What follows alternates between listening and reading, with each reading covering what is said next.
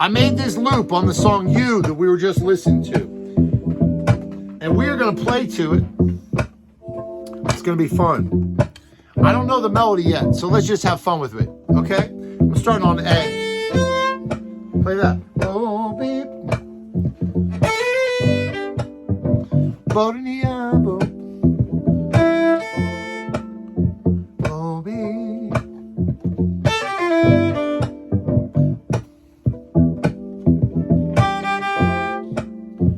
Beating it.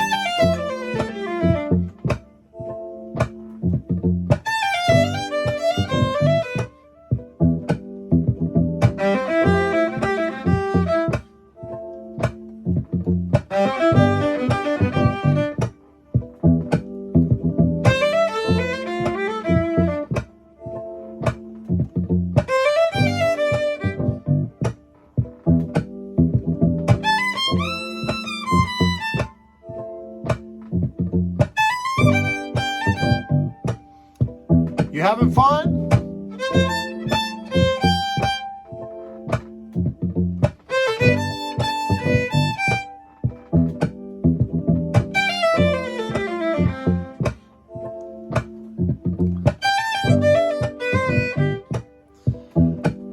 So one of the things about pop music that I noticed that makes it different from playing classical music is that the rhythm is different, right? And when you're improvising, you come up with lines on the spot. We don't have the luxury of having prepared a bowing and a fingering. So it's a whole different set of skills, right? So that's what I was saying earlier about classical music. Like classical music, it presumes certain things about why you play music. Well, it presumes that you're going to play these pieces in an orchestra or a string quartet. And it presumes that you're going to try to get a job in an orchestra, so you're going to have those skills. Like, what are those skills? They're the skills associated with that repertoire. So you have to figure out, like, you know, how to do a flying sauté spiccato thing. You have to figure out how to do an up bow staccato thing. You have to figure out how to do tenths and octaves. And those are all cool skills. But there's so many other skills that we don't learn. There's an assumption made that it's all about projecting.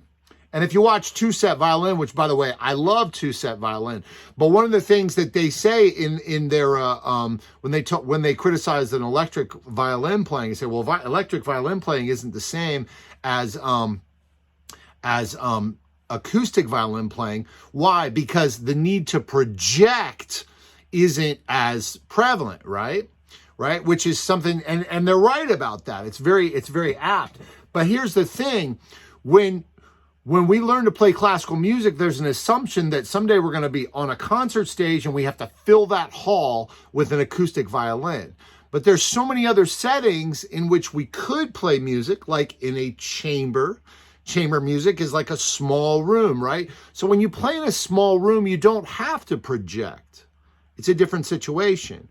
And also, if you play acoustic, it's true that you don't need to think so much about projection, but that allows you to think more about rhythm and allows you to be able to improvise. And so there are a lot of things that I do, and not just because I'm amplified. So I can turn off my amplification. Now I'm just playing an acoustic violin. So we'll hear what it sounds like. And I'm going to show you, what I want you to notice is how little bow I use and how often I slur the bow. And it's very different. I mean, if I want to play, like a strong,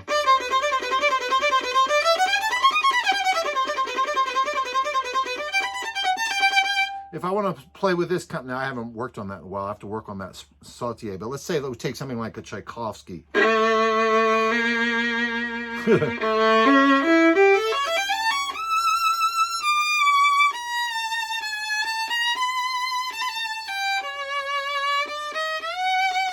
Right?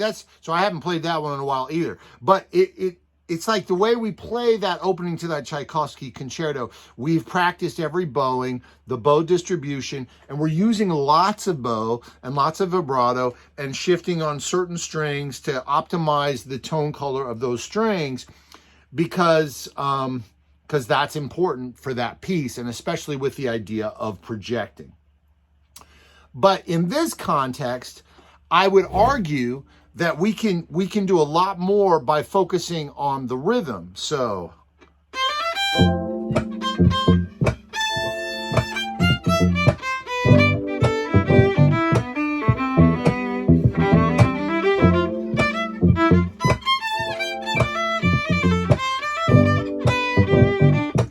you see how very little bow I use? I use like that much bow, and I use a lot of hook bows and I use a lot of slurs. But the point I want to make is, it's not because I can't play classical. I know how to play classical, right? I choose to do both. So if I ever got a chance to meet with the guys at Two Set, who I love, we would have that very productive conversation. But I actually think that they would actually appreciate where I'm coming from on this issue as well. So I don't think we actually have a disagreement, but I'm trying to make a distinction here. So when you get into improvising music, part of what you're going to learn when you try to play groove music is that there are some skills that you haven't developed, like strategizing the use of the bow and playing more tight rhythms. So I want you to focus on that now, is playing tight rhythms. A lot of these rhythms that I'm giving you are going to feel different to you. You've got great rhythm. You know how to subdivide, but you haven't subdivided and exercised great rhythm in this context before. 99%, I'm willing to bet. All right, so let's do some more of this. Pay attention to your rhythm. Think about efficiency of the bow.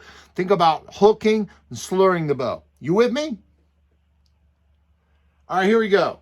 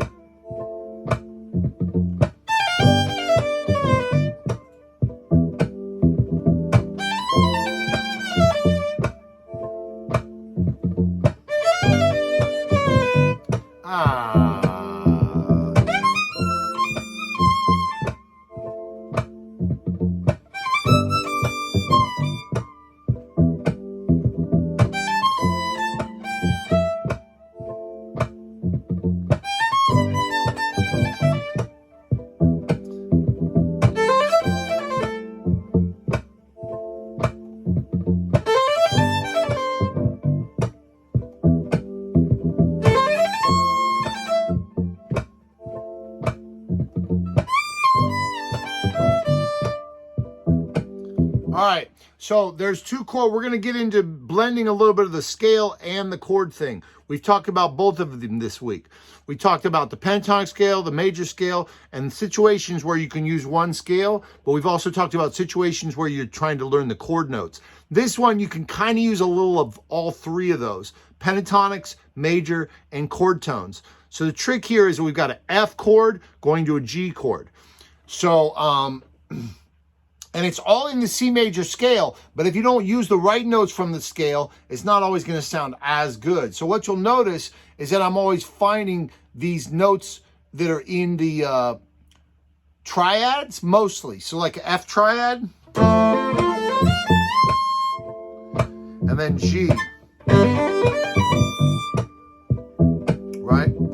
So I want to work on those triads with you a little bit. This is a little bit like memorization practice. It's a really good proficiency to have. A proficiency is like an ability, right? So the ability to play the arpeggios upside down in every way. Now, if you play scale books, then you only learn arpeggios in the way that's in that scale book, and that's not the same thing. All right. And so I used to think that I knew my arpeggios, and then I realized I didn't until I did these things. So I'm going to show you the difference. So first of all, let's look at F. Let's look at F. So you can all do this, do that, F. And then now let's play that in all inversions. So for violinists, we've got the three notes in an F arpeggio, which is F, A, and C. So we want to play all those notes in first position like this. Right? For cellos, you start on C, so yours is gonna sound like this, down 2 octaves. Something like that. You're gonna play all the F's, A's, and C's from the lowest note on your instrument to the highest note in first position. I'm not worried about all the shifting stuff. We don't care about that because we're trying to memorize information. So we're not worried about shifting. First position. I call this extended range. That's what it is on violin. On viola, I guess, or cello, you start on C and you go up to the highest note on your A string. What would that be? Yeah. Now, the next thing we're going to do is we're going to play it in all inversions. So let's just do it with the cellos. We'll start in cellos and violas and violins together. So after me.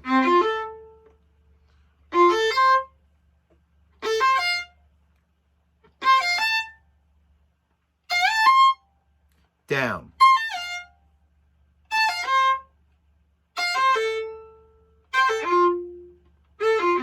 And then violins, right? So that's all it. So now what I want you to do is play it like this.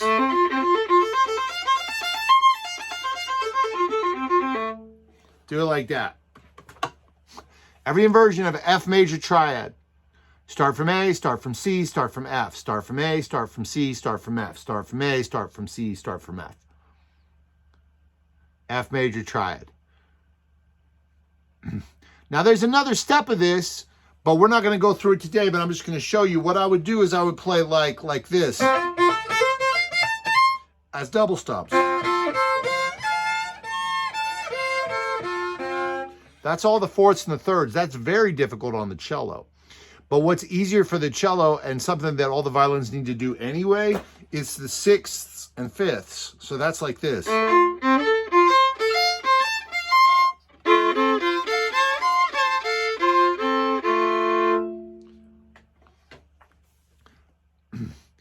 Then we want to do all the triple stop versions.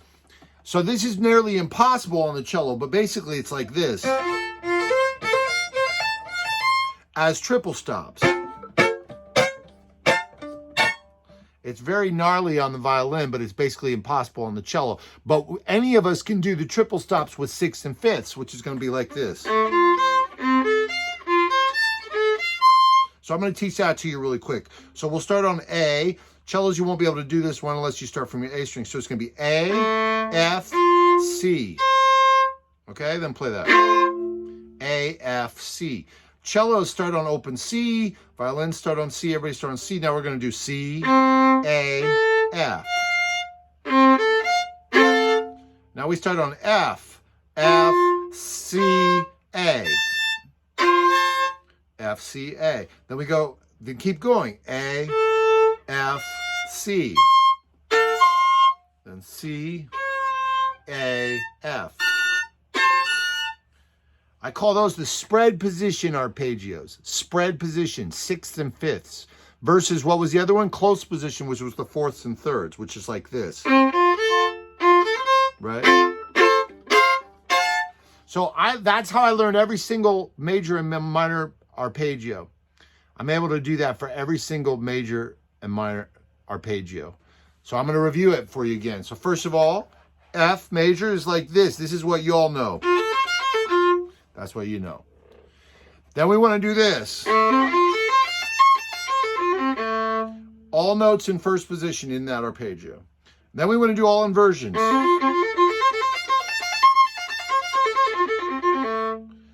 Then we want to do all the double stops in fourths and thirds. All the double stops in sixths and fifths. Then all the triple stops, fourths and thirds.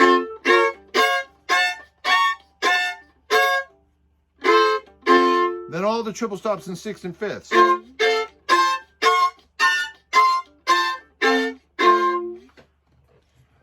I don't really care so much about the intonation when I play these or even the tone, because the whole point is learning that information. I mean, of course I care about I'll try to like get the intonation eventually on it, but the point is to learn the information. And then we do the same thing with the G. So quickly, let's go through it with G. And then, because we're going to bring it back to the song, all right? So G, do that. Now, cello's going to start on D, but violinists are going to start on G, and you're going to play it up and down. Every G, B, and D. Right? Then we're going to do all inversions. Like that. From G, from B, from D, from G, from B, from D. Then, if you wanted, you could do the others, but we're not even going to work. Well, let's just do the open from G. So cellos start on open D, right? Or not open D, sorry. Cellos start from D on the C string. And you're going to play D, B, G. Right? Now, violins come in. We're going to start here. G, D, B. Like that. Then we're going to go B, G, D. Then we go D, B, G. Then we go G, D, B. You can keep going. Whatever.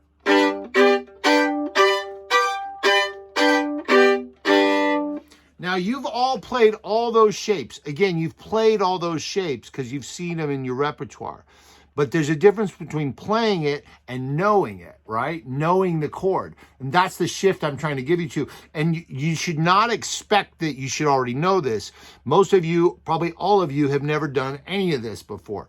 Because that's how I was when I was 16. I had no idea, right? But this is like what you can start working towards if it's interesting to you.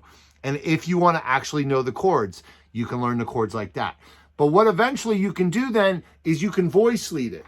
Voice leading is like what we did with Pachelbel, but we don't have the sheet now. We're trying to do it from our head. This takes time to learn, all right? So be kind to yourself. But basically we go from G to F to G to F to G to F. Let's try that. So G after me. F starting on A, G starting on B, F starting on C, G starting on D, F starting on F, G starting on G, F starting on A. That's the vibe. I could do the same thing with this other shape I showed you earlier. Remember this? So I could do G to F, to G, to F, to G, F, G, F, G. So when you can start to voice lead chords like that, that's when things really open up in terms of that awareness. So my whole point is that over this groove, we can play F here. And we play G here. You know? Yeah, that's F chord. G.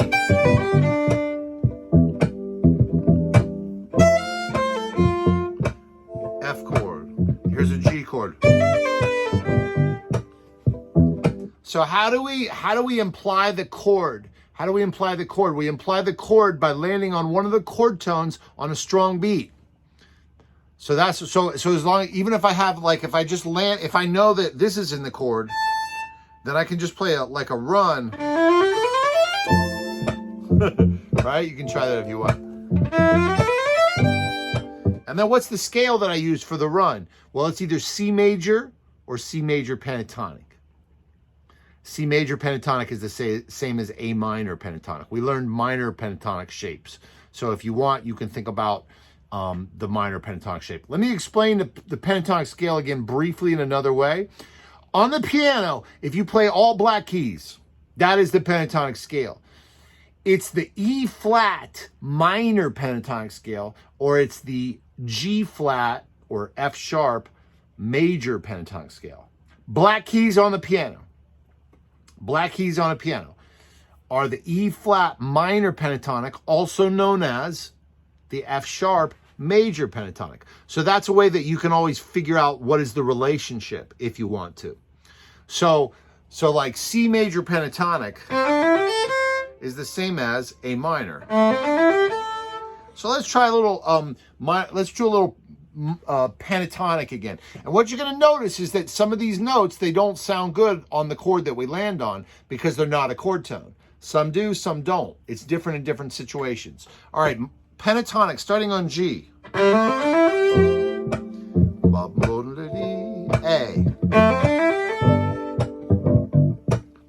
Starting on C. On D. E. On G. On A. C. The pentatonic kind of works.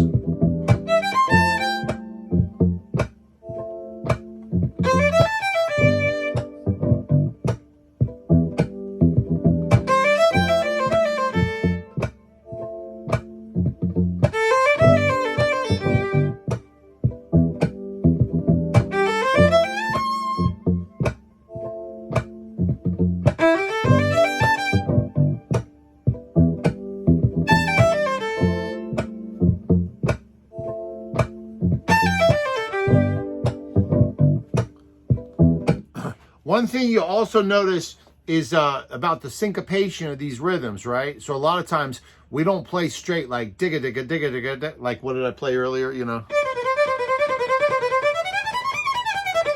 A lot of the syncopation, it's like the end of the phrase happens on bigga da ba ga ga ga da, right? So trying to play on those off. That's why doing this is pretty helpful.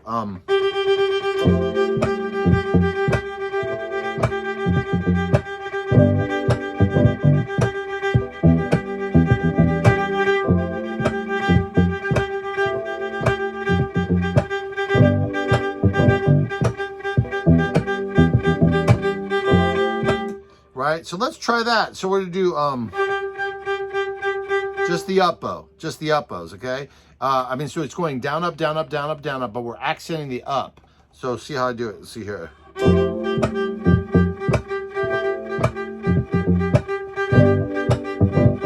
See if you can get that going.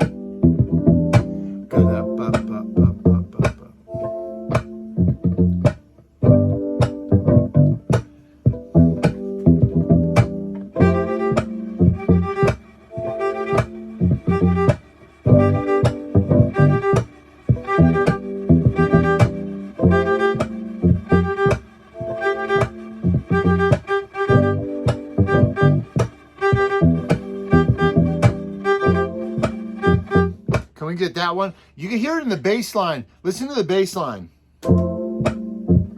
That's so hard. Go. That's so hard. Let's do something like that.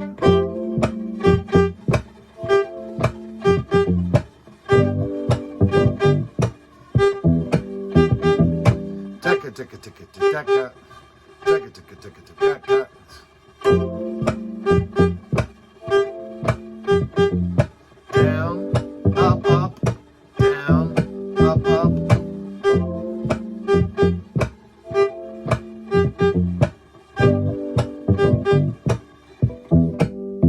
All right, so let's do a little bit of play. Let's do a little bit of trading. I'm gonna play line, and then I want you to play whatever you want. It doesn't have to be the same thing I do, okay? 1, 2, 3, 4.